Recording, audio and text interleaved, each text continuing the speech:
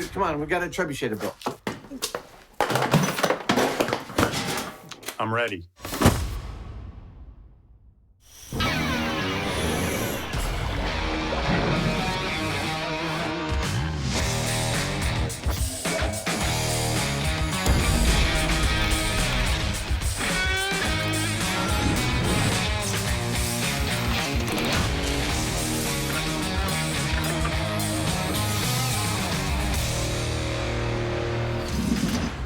No season of Mythbusters would be complete if we did not devote an episode to our all-time favorite mechanical cure-all, the miracle material that is duct tape. We've built boats, more than one, bridges. That really is quite hairy. We've belayed off of cliffs. And we've picked up cars. And we picked you up, for that matter, and hung you upside down. Fun for the whole family. Exactly, which begs the question, what do we build in another episode devoted to duct tape? What haven't we made? And what did we come up with? Well, we will be testing whether duct tape is a viable replacement for a car's seatbelt and how well it holds up in an accident. So there will be some car crashing. But first up, we're going to build a weapon of war. One from back when you were just a little tyke. I think we should make a duct tape trebuchet. That's excellent. It's got to be the ultimate test for duct tape's abilities. Plus, I've always wanted to build a trebuchet. So have I, and it's now or never. Let's get building. Okay? Our death ray doesn't seem to be working. I'm standing right in it, and I'm not dead yet. When it comes to ancient weapons of war, We hit the blue! the Mythbusters' 14-year history is loaded with fun and ammo. And in this epic duct tape spectacular, not only are they tackling the most mechanically intricate medieval weapon ever made, they have to stick it all together with nothing but their all-time favorite material. All right, I like this. But first, Adam puts the tape aside to work out how one works. All right, I think we have enough built now to talk about the component pieces of a trebuchet and how they work. Graphics, can you help me out? The main parts are the stand, the swing arm, and the fulcrum the swing arm pivots on. Now, the swing arm has a weight at one end and a sling at the other. And here are some important relationships. There's a relationship between the long part of the swing arm and the short part. That's 3.75 to 1. And the sling wants to be exactly the length of the long part of the swing arm. If you get all that right, apparently this thing throws farther than just about any other medieval weapon of war. The real long shot will be getting a full-size trebuchet to work with only duct tape to hold it together. So the weight here is the soul of the trebuchet. The gravitational pull of this weight down causes the whole mechanism to work. In the toughest duct tape task the team has ever tackled, that counterweight will eventually weigh 750 pounds and exert more than 3,000 foot-pounds of torque. That's a fully loaded trebuchet right there. Let's see what happens. I flung it into the ground. That's not ideal. That's not ideal at all. I love making these demonstration models. I hit the ceiling. Clearly, somewhere in the middle is my goal. It's often some of the most fun that I have on the show. I think I made too much of a cup. There is nothing better than being able to lay your hands on something, even if you're going to build it 10 times as large. It didn't let go. Why didn't it let go? What the hell? Slightly bigger nut, much bigger nut. There are all these different relationships. There's a relationship between the short part of the arm and the long part of the arm. Whoa! Okay, there's a relationship between the weight of the weight and the weight of the payload. I'm learning something. That's the exciting part. All of those relationships bear on exactly how far and how accurately these things throw. That's what I'm trying to determine and scale here. After several hours of hands-on tinkering, Adam has the mechanics nailed. Oh, yeah. Oh, yeah. And successfully launches his model. Wow. So with that knowledge under their collective belts, Jamie gets down to the nuts and bolts of construction, specifically figuring out how to replace the nuts and bolts with duct tape. So taking what Adam has learned about the trebuchet's action, my focus is going to be on construction logistics and dealing with the forces involved. At the pivot, our structure has to be able to handle in excess of 3,000 foot-pounds of torque. Now that's a heck of a lot of load for a few rolls of tape. More tape. Using triangulation lends itself to the abilities of the materials we have at hand. That's going to be frickin' strong. The compressive strength of the wood takes most of the strain, while the flexibility and adhesion of the duct tape allows us to create a series of bands to lock the whole structure together. One. And of course, the duct tape is also perfect for creating ropes and canvas-like materials for the sling. This is all tape and wood. That's all tape, and these are the beams that we'll be working with. Yeah, they're all to scale. Nice.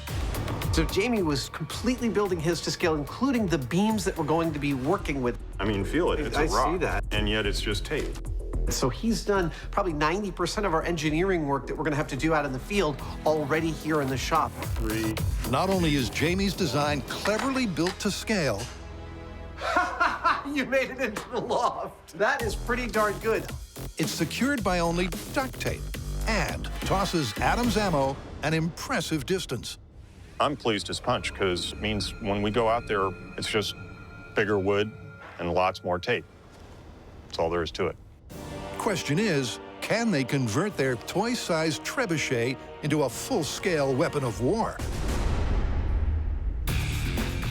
While the team preps, Adam conjures an unusual commuting conundrum. Let me paint you a picture. You've arrived at your car. First thing in the morning, you have a rush hour commute ahead of you, and you find that a rodent has chewed all the way through your seatbelt. Pop quiz, what do you do? Make it out of duct tape. Yeah, that's exactly what we're gonna do. And there are going to be car crashes then. Yes, there are. We're gonna have to test the efficacy of the seatbelt by crashing more than one car. I like it. Seat belts made of polyester have a braking strength of 6,000 pounds and save tens of thousands of lives every year. Wear a seatbelt, always. But in an average 25-mile-an-hour crash, could a duct tape stand-in really stay intact? Or is this myth a stretch too far for the tacky tape? This lovely stretch of tarmac I'm riding on is the runway at the New Jerusalem airport. And today, we're gonna be setting up some car crashes to see if duct tape can actually save your life.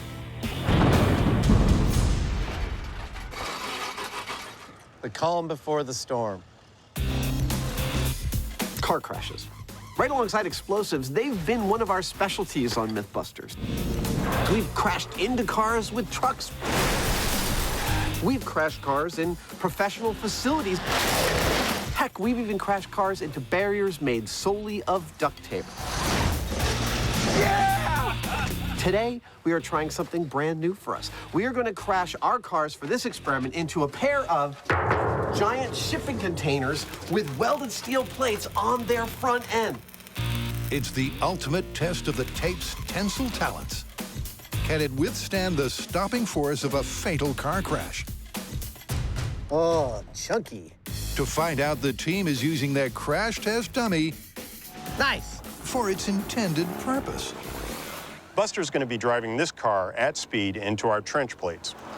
But the problem is, well, Buster has no brain. He can't drive. The solution? A familiar Mythbuster method. The self-steering tow rig. What we have here is not that much different than a normal steering system. Like when you turn your steering wheel, you move both wheels evenly back and forth. We've just got a longer bar extending from them, and if we put a cable in the middle, this will make both wheels go wherever we pull it. To help Jamie test the tow system, up steps the original Mythbusters crash test dummy. Jamie! What the hell was that? Last time I got in a car that no one was driving, things went badly. But many years of practice Look, Ma, no hands. make for fewer fences crashed. Looking good. So part one of our setup is done. Ready to drive on its own. Next up is to remove the car windows. Yeah, that'll do it. Myth, car windows are really delicate. busted. Check that out. That's a sledgehammer. Nothing. It's ridiculous. All right. Cut a new sunroof. This is just like a sardine can. So we can clearly see what's happening inside there. Yeah! Come on down to Adam and Jamie's body shop.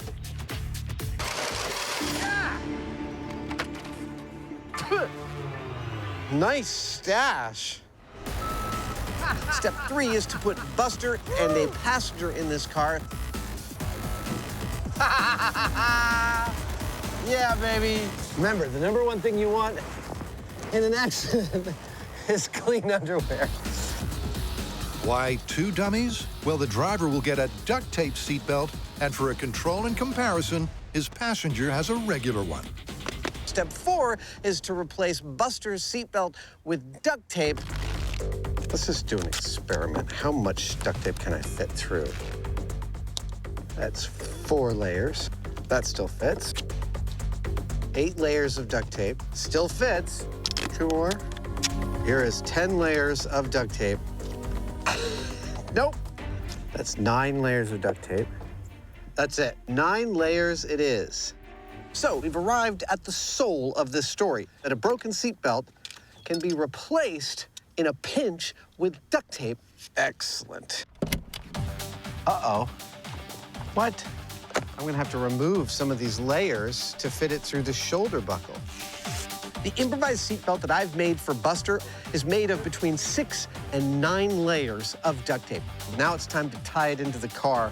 And for the bottom, since I've got this seatbelt sitting here, I'm gonna just tie a knot. Now, when we did Duct Tape Bridge, we did some tensile strength testing on duct tape and found that it had a breaking strength of 67.3 pounds per layer. When you calculate that out, that means that Buster's got a strap that has a 400-pound breaking strength at his shoulder and a 600-pound breaking strength at his waist. So with the thickest possible duct tape seatbelt ready for action, how will the guys make a post-crash comparison of the damage to the dummies? We're going to look at the accelerometer readings of G-forces that these guys are experiencing and see if there's any difference between the one with the seatbelt made of duct tape and the other with the conventional one. You might be wondering, what is an accelerometer? This little tiny cube, it is a highly sensitive piece of electronic equipment that can tell when it's being moved in the X, Y, or Z direction and how fast and with how much force it was moved in those directions. This is exactly the kind of data you need to know what happens inside of a car, and more specifically, inside of a body during a car accident. The next step is to apply the final touches to the tow system. This runway is a pristine environment for laying down a cable. There we go, good. Ready to be a coffee table in a dorm room. With the cables laid, they measure and mark the distance required to hit the 25-mile-per-hour target speed. And that's 300 feet. And add the all-important breakaway. Because we don't want to yank the back of the truck off or break the cable. 8, 9, 10. And I figured, since this is about duct tape, let's use duct tape. There we go. Now I get to watch this crash from the coolest vantage point possible, 15 feet above the crash from this boom lift. I'm gonna get in right now.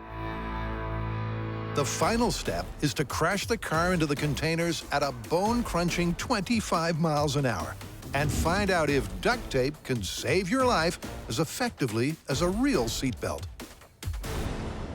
Well, time to smash a car. I'm in position, ready to go. Count it in. All right, this is duct tape seatbelt crash test at 25 miles an hour in 3, 2, 1.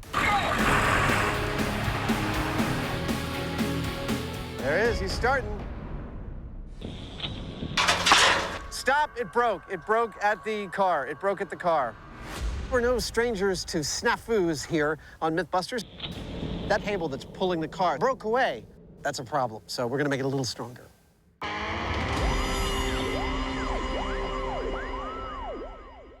Relax. This won't hurt a bit. Adam and Jamie are once again tackling the ubiquitous utility of duct tape. Oh, it's for real.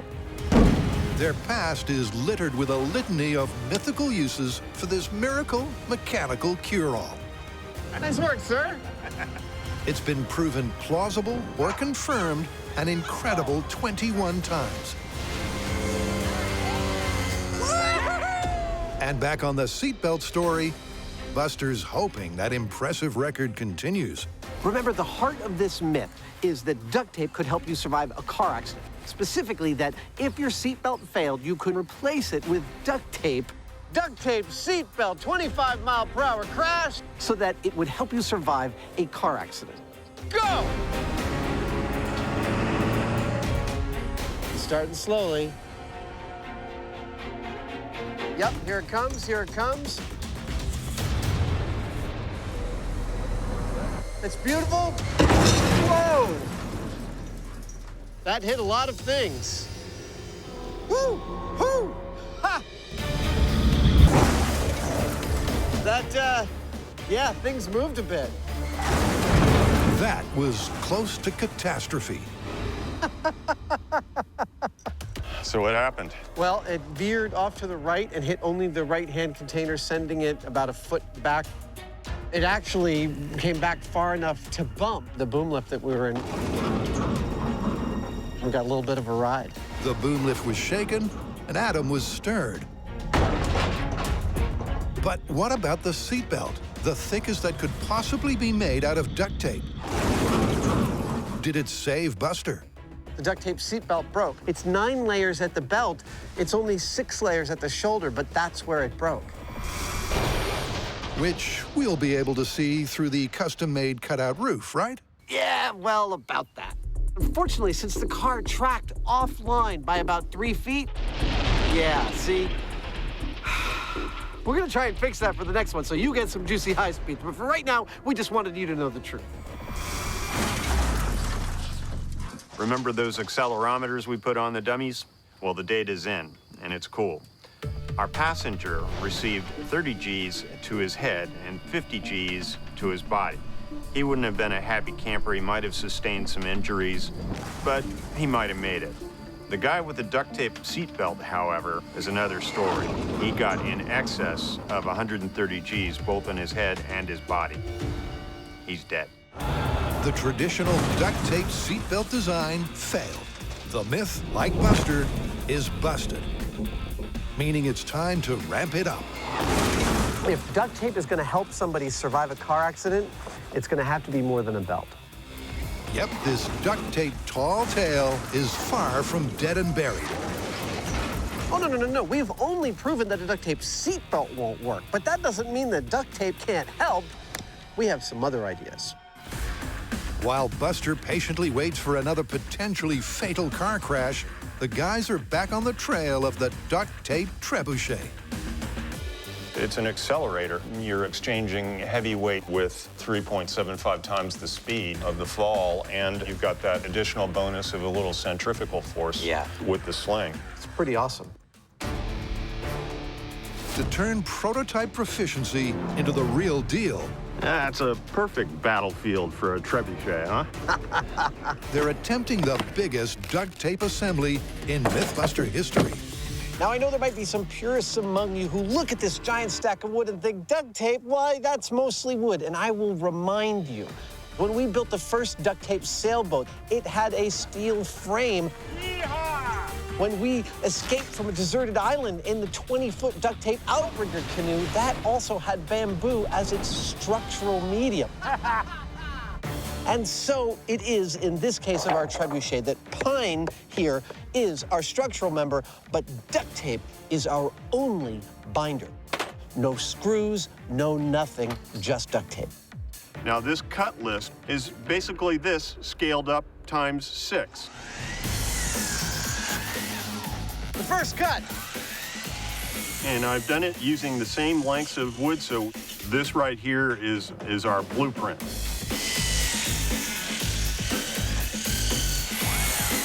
With the cuts complete, the building begins with the 4 triangles that make up the stand. By exactly following Jamie's 3D blueprint, the main challenge is to ensure the giant jigsaw sticks together. How much they need is a guessing game, so their strategy is simple. 10 wraps. They're going to spread the load and err on the side of caution by using as much duct tape as they possibly can. This bit in the middle here, this is the business end of what's going on in this structure. I'm getting kind of psyched to see this thing go. The weight of the actual swing arm is pushing down on that area, and all that load's going right to that center piece. Yeah, like Egyptians. So without the tape, There you go. everything falls apart. Got another roll for me? To help hold the load-bearing triangles in place, Thank you. they're using the tape in all its versatile forms. Recognize this? It's our duct tape rope. It's made of 7 strands of duct tape all twisted together into one solid rope. And, you know, it'll easily suspend a person, kind of like a climbing rope. Woo! Ho, ho, ho. Oh, ha! What it gives us here is the ability to tie it and twist it, because we don't want this stuff to move very much. With the tape, while it grips, it doesn't really have a lot of squeeze, and we want some squeeze. That's what this is going to give us. What I love about this kind of engineering is trying to physically understand all the forces you're going to be dealing with. The force is coming this way, and it's Yeah. going to want to jump out of here. So Yeah. the most critical point of failure is right here, where the tension's going to be, where things are going to want to fail, where they're going to leap out, and trying to run those off at the pass ain't going nowhere. It's a deeply pleasurable experience to think through the device and all the weight and force and torque it's going to be under, and to try and make an end run pass around that. 3, 2, 1, up. And here we go. Watch your feet there and down. With the first 2 triangles tied and taped into submission, and then raised into position, Yes. the giant scale of this build comes into perspective. This is by far the heaviest thing we have ever made out of duct tape. My way? Keep coming, good. Okay. And with the second stand standing, it's even more impressive. Look, I recognize you might be watching this thinking that we're going a little overboard on the wrapping. But let me run you through a thought experiment. Picture this trebuchet firing. Picture the force of it firing, rattling the entire structure. It's cool, right? But it's also a problem. The rattling of the structure is energy that's being expended doing something other than hurling our projectile. We want this machine to be efficient. That means we want to take all the energy of the gravitational pull on the weight, hurling the sling, going towards the projectile's ultimate distance, not in the rattling of the structure itself. And because we're holding this whole thing together with duct tape, rattling means that it could actually start to fall apart, and that's another problem. So the tighter we make it, the more efficient we make it. That's the theory, and we're sticking to it. But will it stand up to the incredible force of a full-scale medieval weapon of war? Kind of curious about that myself.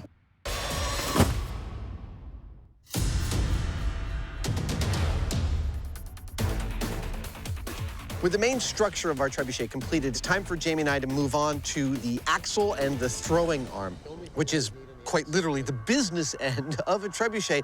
Critical little bit of engineering. The amount of stress on that joint is massive. The technique used to secure the machine's major moving parts is crucial. The energy transfer and torque through the pivot will be enormous. And the key to success will be duct tape's ability to stick them together, the smooth rotation of a soon-to-be rounded axle, This adze is a tool I made myself. and the sling. While Jamie works on the axle, I'm going to start working on the basket. This is the thing that flings. It's going to be made out of duct tape, and it's going to be made out of duct tape rope. The energy of the trebuchet is distributed to that load and has to throw it. So this basket has to be very, very, very, very, did I say very? Very robust. Duct tape is particularly fantastic, as we've learned over the years, for making very strong cloth and tarps, especially when you put one side up and then stick one side down on top of it.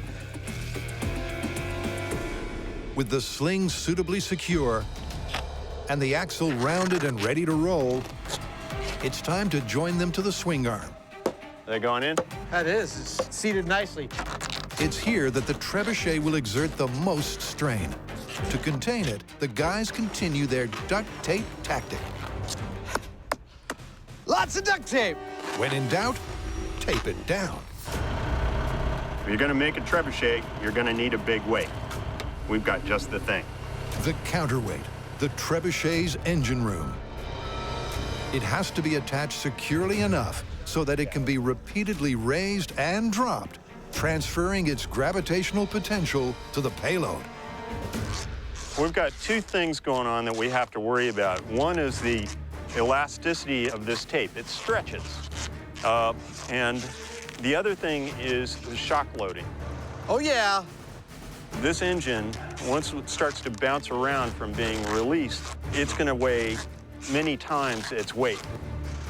Good? You're looking good? So the fact that there's not a single nail or screw is, well, it's risky. It's anybody's guess whether it's going to work.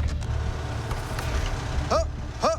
With only one less than ideal material to work with, We've had several lines break. I'm going to need a lot more of this than I thought I would. frustration sets in. That's not sliding at all. No, it's not. What the hell? Normally, when we're building something, we get to choose the right materials for the job. In this case, they're not exactly ideal. The duct tape is so stretchy and soft. It cuts really easily, and we've got all these different attachment points that we have to go to. A lot of them have sharp edges, and so some lines pull taut and they break, others just stretch, and it's just this kind of gooey mess that is problematic to work with. So we're looking at a new way of holding the engine to our structure in a way that distributes the engine's load more gracefully across the whole structure. That's the idea anyway. Problem right now is that these are too long. If we start to load this, it is going to stretch. As they say, no plan survives first contact with implementation. The problem with that to me is that this thing could then twist against them. And that's what's happening here. Eventually, with 8 more lengths of rope to further spread the load, they think they have a working solution. But will it hold?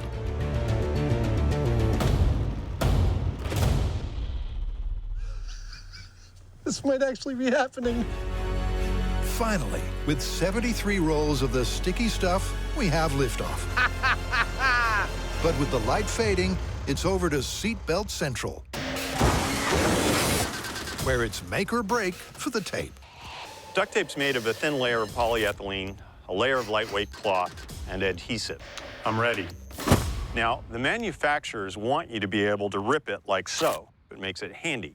That also makes it weak. It's beautiful. He's dead. That is, unless you use it in the right way. If you have an adhesive on something, it means you can put it everywhere. And the cumulative tensile strength of the tape can be strong enough to do some amazing things. Will it be strong enough to hold Buster in a car crash? Well, that remains to be seen. Yep, contrary to the myth, it wasn't strong enough as a like-for-like seatbelt replacement. But in a new car, Buster and his partner are set for take 2. One crash test down, one broken seatbelt. But this is only one way to use duct tape to hold Buster in this car safely. I'm about to explore another way. All right, here is the new plan. Clearly, because the seatbelt buckle only fits 9 layers, that design is totally out. I'm now thinking of taping our driver directly to his seat. Let's call it a body belt. 2 points of contact across the chest, across the pelvis. Double the layers, at least 18 layers. Also, I'm not convinced the seat mounts of the seat are strong enough to hold the whole driver, so I'm also gonna anchor him to the body, the frame of the car. I get another roll? Is this going to keep our driver in the seat in a car accident? After seeing how quickly it snapped the 9 layers, I'm not sure, but there's no way to find out but trying. Look, I'm aware that you might see footage like this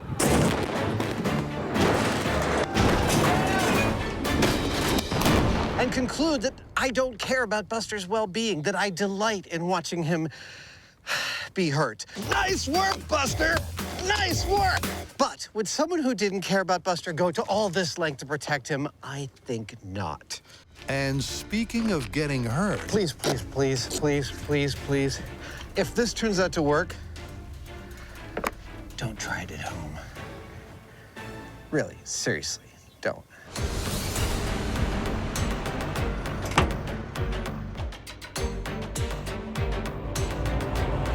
All right, Mr. Hyneman, are you ready? Set to go. All right, sir, on my mark. This is the ultimate duct tape seatbelt 25-mile-per-hour crash, commencing in 3, 2, 1, go crash.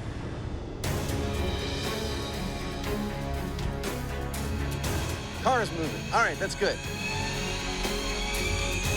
I hear the cable going through the keeper there, moving forward. Looks like it's going to work beautifully. Here we go. Awesome. Better than that, it looks like Buster might have survived in there. I didn't see him hit the steering wheel. Here comes the moment of truth. Woohoo! Yeah! He made it.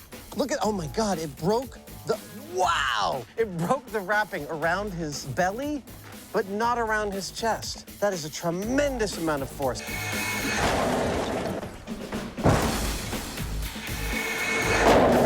Well, yet again, we've totaled the car.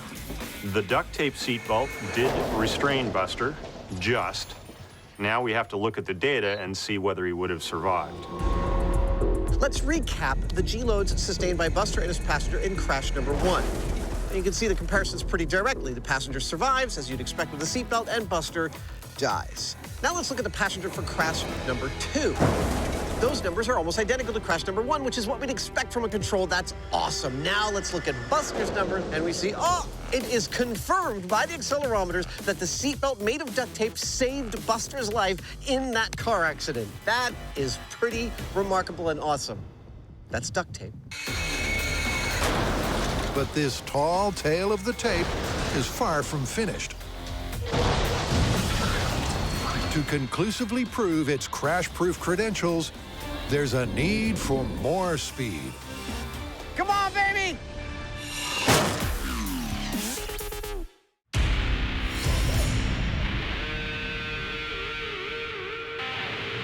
For this last test, we're going to really up the ante by bringing the car up to 40 miles per hour, which is the industry standard for this kind of thing. Now, it doesn't sound like that much. It's only 15 miles per hour faster than what we did before.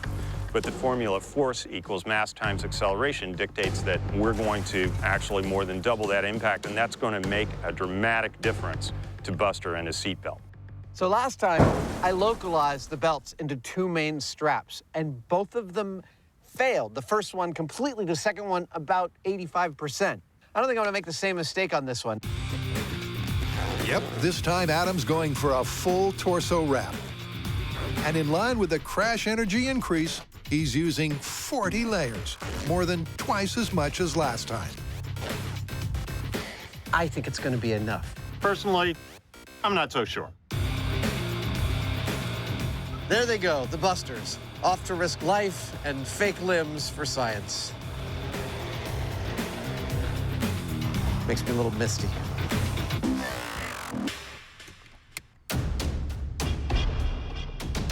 All right, sir, on my mark, this is duct tape seatbelt 40-mile-per-hour crash in 3, 2, 1, drive. Jamie's moving. Cable's tensioned up, car's moving. All right. Jamie's going. He's giving it some gas. Oh, man. This is exciting. 40 miles an hour. Come on, baby. A perfect hit. Beautiful. Our barriers stayed. The car is crashed. Doesn't look like we broke anything. Let's go see how we did.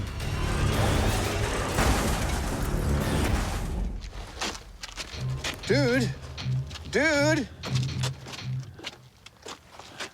Duct tape held. It looks like it held. It doesn't look like it's broken on either side. He did not hit the steering wheel. And this was a more severe impact, clearly. During this collision, more than twice as much force was required to stop Buster from flying through the windshield. And the duct tape held. Great news for the Myth? Well, according to the accelerometers, not so much. So Buster's duct tape seatbelt held in a 40-mile-per-hour collision. It is a miracle material. Does that mean that we should all be driving around with duct tape seatbelts? Well, no. Here's the thing about a seatbelt. A seatbelt gives a little in a car accident. It actually allows you to move a little bit. And that is one of the ways it keeps you alive. Unfortunately, I tied Buster to this chair and to the body of this car with so much rigidity that a tremendous amount of the force of the accident was transferred right to Buster's torso. And unfortunately, we have to say that Buster here is totally dead. Yep, the duct tape worked too well. There was no give, and Buster's instant deceleration was catastrophic. As versatile as it is, it simply cannot replicate a real seatbelt. Speaking of which, the control seatbelt turned out to be faulty. That right there is where Control Buster hit his head. Unfortunately, the seatbelt didn't hold, and he experienced 475 Gs, which is entirely lethal. Just goes to show, even a 40-mile-an-hour crash, it's going to kill you without some form of restraint. You know, it's funny, when we started this, I didn't expect we'd end up at a point where duct tape actually worked and yet still killed him. Maybe we should have made duct tape airbags. In this ultimate test of its abilities, duct tape has one last chance at glory. Right, here's where we currently stand. 2,600 pounds of pine board, 78 rolls of duct tape. Our stands are up. The axle is properly attached. It's working beautifully. And it also has a 750-pound engine block hanging from the backside. I can't see any reason this won't work. Nice and easy, no jerking. At this point, the only thing left to do, it's bending, but it's not splitting. That is scary. Is attach the sling and try this thing out for the first time. A little more, one more inch. We're clipped in. I've never built a weapon of war this capable before. Let go slowly and back away. This may snap, especially one out of duct tape.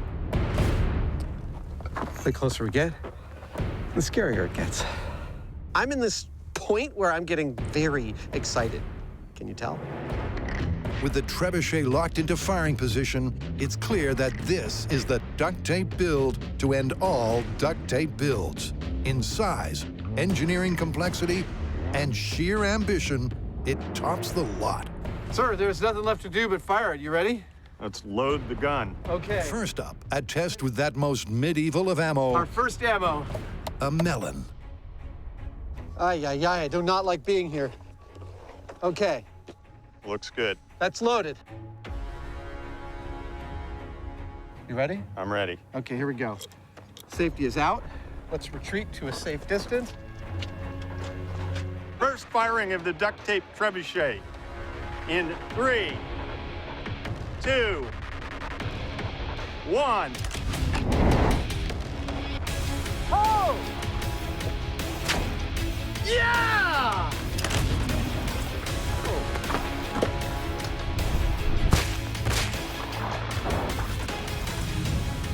The fears of a catastrophic failure dispelled Boy, it was so sort of gentle watching it do its thing. in the elegant, effortless action of the trebuchet and flight of a watermelon. It went a good ways. It did! 171 feet.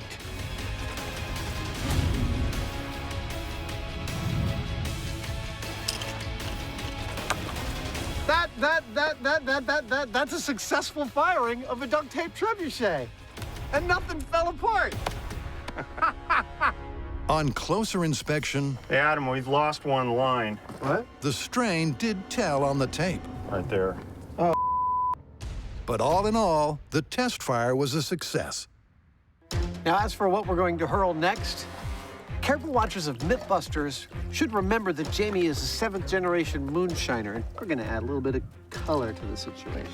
Back during Prohibition, he used to get jugs of moonshine to his suppliers by hurling them through the air. Oh, yeah. Looks like I killed a Smurf. So that's what we're gonna do. Except, instead of moonshine, we're gonna use water. Loading the weapon. Safety is clear. We are hot, ladies and gentlemen. Duct tape trebuchet in 3, 2, 1.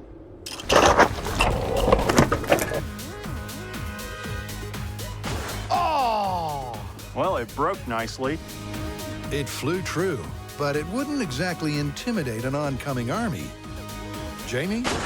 So I'm about to put together a jumbo version of a Molotov cocktail. This jug is going to be filled about 3/4 of the way up with gasoline, and it'll be corked with a burning rag. When this lands, the rag will ignite the gasoline, which by then will have sprayed everywhere, and we'll have ourselves a nice fire to frighten the enemy with.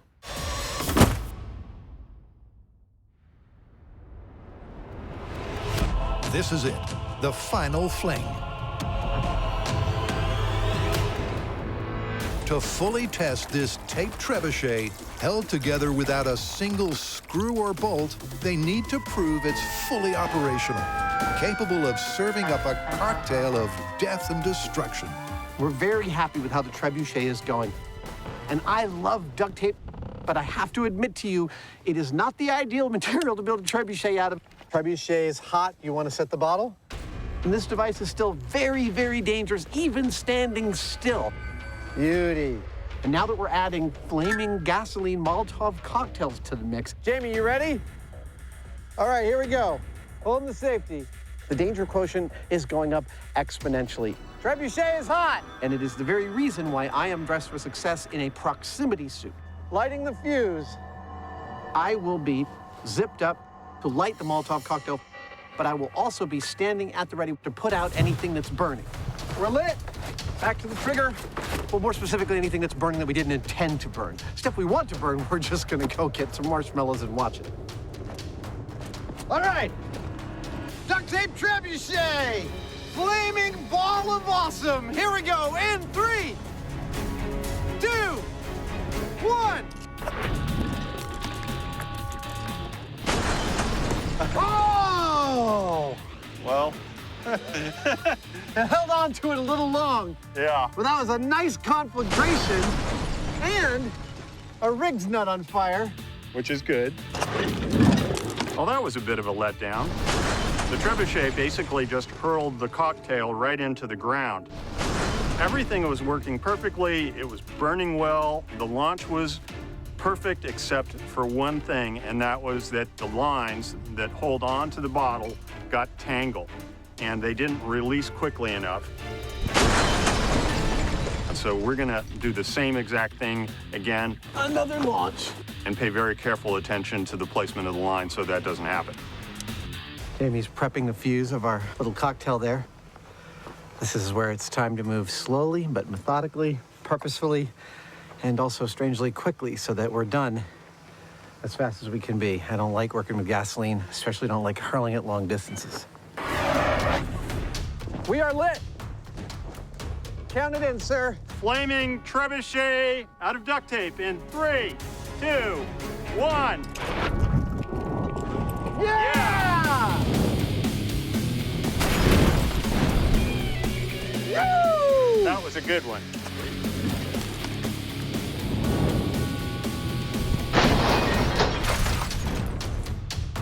A medieval weapon of war held together by duct tape spreads fire and fury. Surely a world first.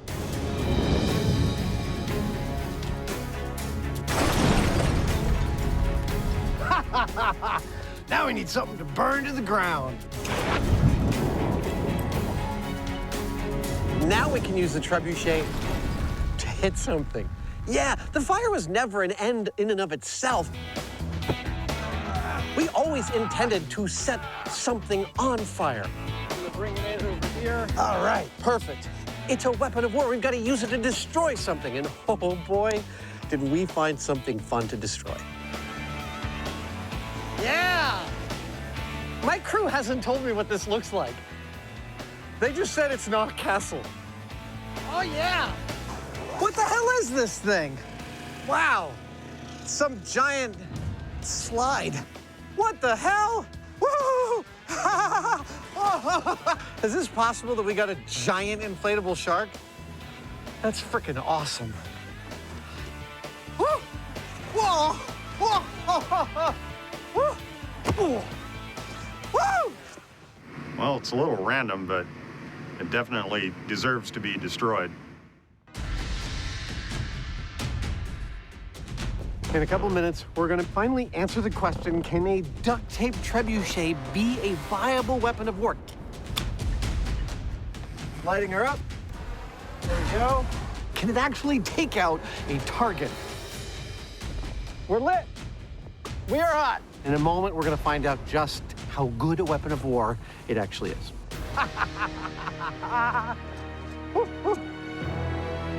Okay, here we go. Duct tape trebuchet, the final warmongering blast in 3, 2, 1, pull! Yeah. That's it. Yeah! We hit it! It's burning! She burns! Wow. That's going up in a hurry. Oh, yeah! That is the last inflatable shark that will with us. It's actually pretty impressive because here's thousands of pounds of wood, a throwing arm that's moving violently that weighs hundreds of pounds, and it's holding on to an engine block. And yet, there's not a single screw, no pins, there's nothing but tape holding this machine together. Best day ever! And so, as far as I'm concerned, for what it is, it's darn near perfect. Hey, nice work there, sir. And I can't think of a more dramatic way of demonstrating just how strong something as simple as tape can actually be if it's applied in the right way.